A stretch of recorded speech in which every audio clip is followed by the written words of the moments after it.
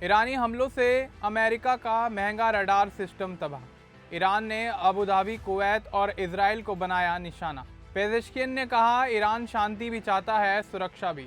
Israel में युद्ध reporting पर रोक, पत्रकार ने बताया सच। रूस और ईरानी नेताओं ने की क्षेत्रीय शांति पर चर्चा। ईरान हमलों के बीच होगी सऊदी पाक की अहम बैठक। खार्किव में रूसी ड्रोन और मिसाइल हमलों का कहर। नमस्कार, आप देख रहे हैं द न्यूज़ 15 और मैं हूं आपके साथ मनीष कुमार सैनी। स्वागत है आपका हमारे इस खास प्रोग्राम में जिसका नाम है दुनिया का हालचाल। तो चलिए आगे बढ़ते हैं और दुनिया की तमाम बड़ी खबरों पर नजर डाल लेते हैं। सबसे पहले बात कर लेते हैं अमेरिका और ईरान की। अमेरिका ने पुष्टि की है कि ईरान के हमले में जॉर्डन के मुवफ़्फ़क़ साल्टी एयरबेस पर तैनात एक अहम रडार सिस्टम तबाह हो गया। यह रडार अमेरिकी थार्ड मिसाइल डिफेंस सिस्टम का हिस्सा था और इसकी कीमत करीब $300 मिलियन बताई जा रही है। अमेरिकी मीडिया CNN ने पहले उपग्रह तस्वीरों के आधार पर रिपोर्ट दी थी कि युद्ध के शुरुआती दिनों में यह रडार और उससे जुड़े उपकरण नष्ट हो गए थे। बाद में एक अमेरिकी अधिकारी ने भी इसकी पुष्टि की।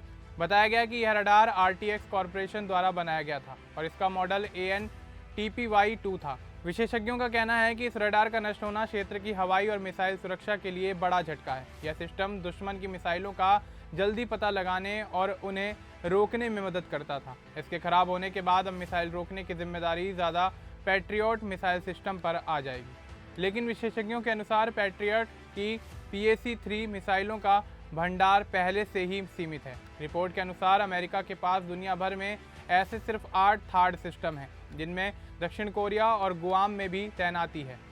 रक्षा विशेषज्ञ टॉम कराको का कहना है कि ऐसे सिस्टम बहुत कम हैं और इनमें से किसी का भी नुकसान होना बड़ी समस्या है। इसके अलावा कतर में मौजूद एक और रडार सिस्टम AN/FPS-132 रडार भी पहले एक ईरानी हमले में क्षतिग्रस्त हो गया था। यह सिस्टम दूर से मिसाइलों का पता लगाने के लिए इस्तेमाल होता है। यह सब उस समय हो रहा है जब 28 फरवरी से अमेरिका, इजराइल और ईरान के बीच तनाव बढ़ गया है। ईरान का कहना है कि उसके सर्वोच्च नेता अली खामेनेई और कई अन्य सैन्य अधिकारियों की हत्या के बाद उसने जवाबी कार्रवाई शुरू की। इसके बाद क्षेत्र में मिसाइल और ड्रोन हमले बढ़ गए हैं। विशेषज्ञों का मानना है कि लगातार हमलों के कारण खाड़ी क्षेत्र में मिसाइल रक्षा सिस्टम पर दबाव बढ़ रहा है। अगर यह स्थिति जारी रही तो उन्नत रक्षा मिसाइलों का भंडार तेजी से कम हो सकता है। अब रुक कर लेते हैं अगली खबर का, जो कि ईरान से ही संबंधित। दरअसल ईरान की इस्लामी नौसेना ने कहा है कि उसने हाल ही में बड़े स्तर पर ड्रोन हमले किए हैं। इन हमलों में अमेरिकी सैन्य ठिकानों और इसराइल के कब्जे वाले इलाकों में कुछ अहम जगहों को निशाना बनाया गया है। नौसेना ने शनिवार को एक बयान जारी कर कहा है कि यह कार्रवाई बड़े अभियान के तहत की गई है।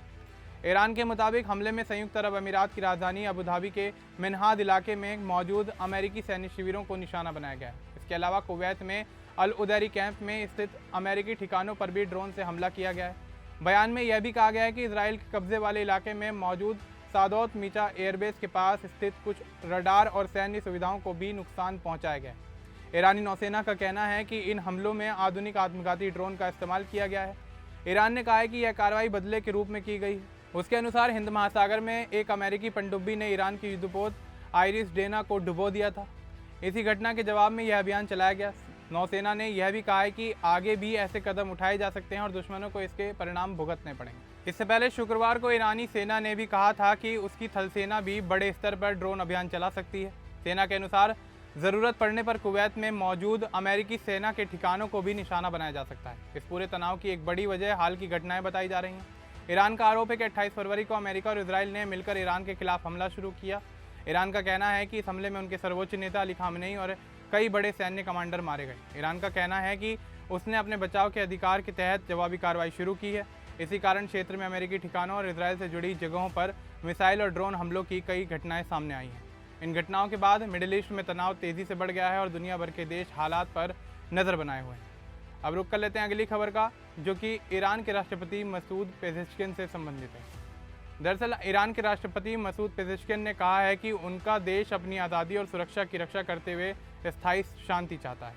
यह बयान ऐसे समय में आया है जब ईरान और अमेरिका, इजराइल के बीच तनाव लगातार बढ़ रहा है। हाल ही में पेजेश्किन ने रूस के राष्ट्रपति व्लादिमीर पुतिन से फ़ोन पर बातचीत की।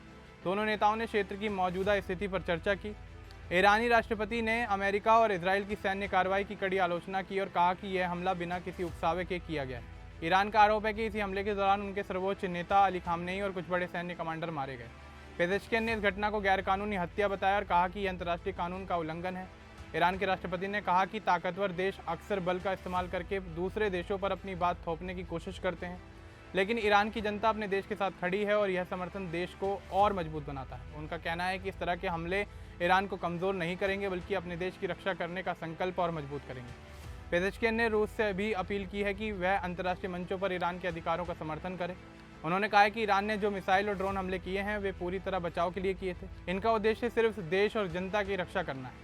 उन्होंने यह भी साफ किया कि ईरान का अपने पड़ोसी देशों पर हमला करने का कोई इरादा नहीं है। कुछ जगहों पर यह अफवाह फैली थी कि ईरान अजरबैजान पर हमला कर सकता है, लेकिन ईरान ने इसे पूरी तरह गलत बताया। रूस के राष्ट्रपति पुतिन ने भी आयतुल्लाह खामनेई की मौत पर दुख जताया और ईरान के साथ एकजुटता दिखाई। दोनों देशों ने यह भी कहा है कि वे आगे भी बातचीत और सहयोग जारी रखेंगे ताकि क्षेत्र में शांति और स्थिरता बनी रहे। एक भारतीय पत्रकार ने दावा किया है कि ईरान इजराइल तनाव के दौरान इजराइल में खबरों पर कड़ी रोक लगाई जा रही है। भारत के साधना न्यूज़ के पत्रकार ब्रिजमोहन सिंह ने बताया कि वह 28 फरवरी से 6 मार्च तक इजराइल के कब्जे वाले इलाके में फंसे रहे। इस दौरान उन्होंने वहाँ के हालात करीब से देखे। ब्रिजमोहन सिंह ने कहा है कि कई जगहों पर मिसाइल हमलों के बाद लोग गहरे बंकरों में छिपे हुए थे। कुछ बंकर करीब 100 फुट गहरे थे। उन्होंने दावा किया है कि वहाँ कई लोगों की मौत हुई, लेकिन अधिकारियों ने इन घटनाओं की पूरी जानकारी सार्वजनिक नहीं की।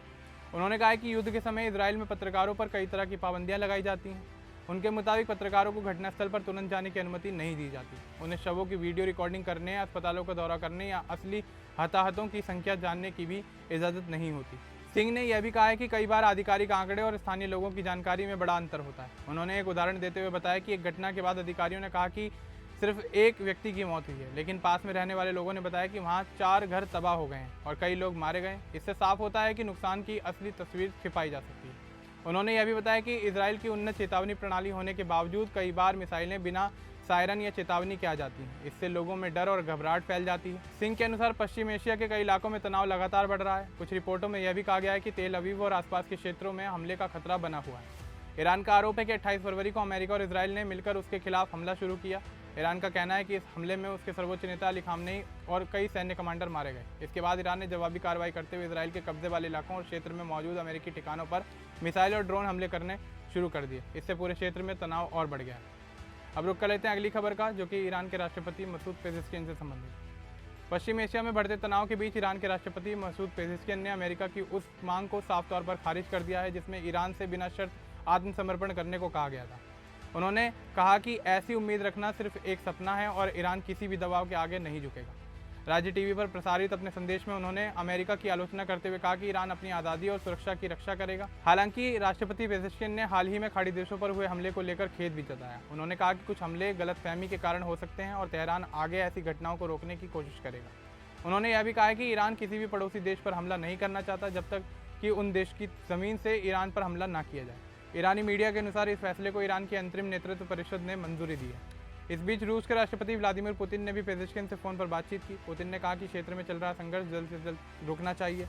उन्होंने जोर दिया कि ईरान से जुड़े विवादों का समाधान युद्ध से नहीं बल्कि बातचीत और कूटनीति से होना चाहिए। दूसरी ओर अमेरिका के वित्त मंत्री स्कॉट बेसेंट ने एक इंटरव्यू में कहा कि ईरान पर बड़ा हमला किया जा सकता है। उनका कहना है कि इस हमले का मकसद ईरान के मिसाइल लॉन्चर और मिसाइलें बनाने वाली फैक्ट्रियों को नुकसान पहुँचाना है। इधर क्षेत्रीय हालात पर चर्चा के लिए अरब लीग के विदेश मंत्री एक आपात बैठक करने जा रहे हैं। इस बैठक में सऊदी अरब, कुवैत, कतर, ओमान, जॉर्डन और मिस्र जैसे देशों के प्रतिनिधि शामिल होंगे। बैठक में क्षेत्र की सुरक्षा और हाल के हमलों पर चर्चा की जाएगी। गौरतलब है कि 28 फरवरी को शुरू हुए इस संघर्ष के बाद से पश्चिम एशिया में हालात लगातार खराब हो रहे हैं। रिपोर्टों के मुताबिक अब तक ईरान और इजराइल के बीच कई हमले हो चुके हैं और पूरे क्षेत्र में तनाव बरकरार है। दुनिया के कई देश इस संकट को लेकर चिंतित हैं और शांति की अपील कर रहे हैं। अब रुक कर लेते हैं अगली खबर का, जो कि सऊदी अरब से संबंधित है। दरअसल पश्चिम एशिया में बढ़ते तनाव के बीच अब सऊदी अरब भी सीधे निशाने पर आ गया है। हाल के दिनों में सऊदी अरब के तेल क्षेत्रों और एयरपोर्ट के पास कई हमलों की खबरें सामने आई हैं। इन हमलों के कारण पूरे खाड़ी क्षेत्र में चिंता बढ़ गई है। इस बीच रियाद में पाकिस्तान के सेना प्रमुख आसिम मुनीर और सऊदी रक्षा मंत्री खालिद बिन सलमान अल सऊद के बीच एक अहम बैठक हुई है। इस बैठक में ईरान से जुड़े हालात और क्षेत्र की सुरक्षा पर चर्चा की गई है। सऊदी रक्षा मंत्री ने सोशल मीडिया प्लेटफॉर्म एक्स पर जानकारी देते हुए कहा कि यह बैठक दोनों देशों के रणनीतिक रक्षा समझौते के तहत हुई है। हाल की रिपोर्टों के अनुसार ईरान ने सऊदी अरब के शैबा ऑयल फील्ड को निशाना बनाया। सऊदी रक्षा मंत्रालय ने बताया कि सुरक्षा बलों ने 6 ड्रोन को मार गिराया है। इसके अलावा 2 बैलिस्टिक मिसाइलों को भी प्रिंस सुल्तान एयरबेस के पास नष्ट कर दिया गया। यह इलाका संयुक्त अरब अमीरात की सीमा के करीब है। ईरान और सऊदी अरब के बीच बढ़ते तनाव में अब पाकिस्तान की भूमिका भी अहम मानी जा रही है। पाकिस्तान के उप प्रधानमंत्री इशाक डार ने संसद में कहा कि हाल के दिनों में पाकिस्तान ने दोनों देशों के बीच तनाव कम करने की कोशिश की है। उनके अनुसार पाकिस्तान ने ईरान से संपर्क कर सऊदी अरब के साथ अपने रक्षा समझौते की जानकारी दी और हालात को शांत रखने की अपील की। अब तक खाड़ी देशों ने इस पूरे संघर्ष में सीधा हिस्सा लेने से बचने की कोशिश की है। अमेरिका ने भी उनके इलाकों का इस्तेमाल अपने हमलों के लिए नहीं किया है। लेकिन अगर ईरान के हमले जारी रहते हैं और सऊदी अरब पाकिस्तान का सुरक्षा समझौता सक्रिय हो जाता है तो स्थिति और गंभीर हो सकती है। विशेषज्ञों का मानना है कि अगर पाकिस्तान किसी सैन्य कार्रवाई में शामिल होता है तो यह संघर्ष सिर्फ पश्चिम एशिया तक सीमित नहीं रहेगा, इसका असर दक्षिण एशिया तक भी पहुँच सकता है, क्योंकि पाकिस्तान और ईरान की लंबी सीमा एक दूसरे से जुड़ी हुई है। अब रुक कर लेते हैं अगली और आखिरी खबर का, जो कि रूस यूक्रेन से संबंधित है। दरअसल रूस और यूक्रेन के बीच जारी युद्ध के बीच शनिवार को यूक्रेन के दूसरे सबसे बड़े शहर खार्किव में एक भीषण मिसाइल हमला हुआ। अधिकारियों के अनुसार रूसी मिसाइल एक 5 मंजिला रिहायशी इमारत से टकरा गई, जिससे कम से कम 7 लोगों की मौत हो गई और 10 अन्य लोग घायल हो गए। घायलों में 3 बच्चे भी शामिल हैं। हमले के बाद राहत और बचाव दल मलबे में फंसे लोगों को निकालने के लिए लगातार अभियान चला रहे हैं। यूक्रेन के राष्ट्रपति वोलोदिमीर ज़ेलेंस्की ने इस हमले की कड़ी निंदा करते हुए कहा कि दुनिया को ऐसे हमलों के खिलाफ सख्त प्रतिक्रिया देनी चाहिए। उन्होंने बताया कि रूस ने रात भर में यूक्रेन पर 29 मिसाइलें और करीब 480 ड्रोन दागे, जिनका निशाना ऊर्जा ढांचे और कई अहम शहर थे, जिनमें कीव भी शामिल था। प्रारंभिक जानकारी के मुताबिक यूक्रेन की वायु रक्षा प्रणाली ने 19 मिसाइलें और 453 ड्रोन मार गिराए। हालांकि 9 मिसाइलें और 26 ड्रोन अलग अलग जगहों पर जाकर गिरे, जिससे कई इलाकों में नुकसान हुआ। हमलों से देश के कम से कम 22 स्थानों पर क्षति की सूचना मिली है। दक्षिण क्षेत्र ओडिशा में ड्रोन हमलों के बाद बुनियादी ढांचों में आग लग गई है, जिसे बुझाने के लिए लगभग 80 दमकल कर्मियों को तैनात किया गया है। वहीं यूक्रेन की सरकारी रेलवे कंपनी यूक्रेन ज़ेलेंसिया ने बताया कि रेल ढांचों को नुकसान पहुंचने के कारण कई ट्रेनों के मार्ग को बदलना पड़ा। यूक्रेन पर रूस के हमलों को 4 साल से ज़्यादा का समय हो चुका है। इस दौरान रूस ने ईरानी डिज़ाइन वाले शहीद ड्रोन का बड़े पैमाने पर इस्तेमाल किया है और कई बार एक ही रात में सैकड़ों ड्रोन से हमले किए गए हैं। इस बीच पश्चिम एशिया में बढ़ते तनाव और अन्य वैश्विक संकटों के कारण इस युद्ध से अंतर्राष्ट्रीय ध्यान कुछ हद तक हटता भी दिखाई दे रहा है। इस बुलेटिन में फिलहाल इतना ही। बाकी देश और दुनिया से जुड़ी तमाम बड़ी अपडेट्स के लिए हमारे चैनल को सब्सक्राइब करना ना भूलें। धन्यवाद।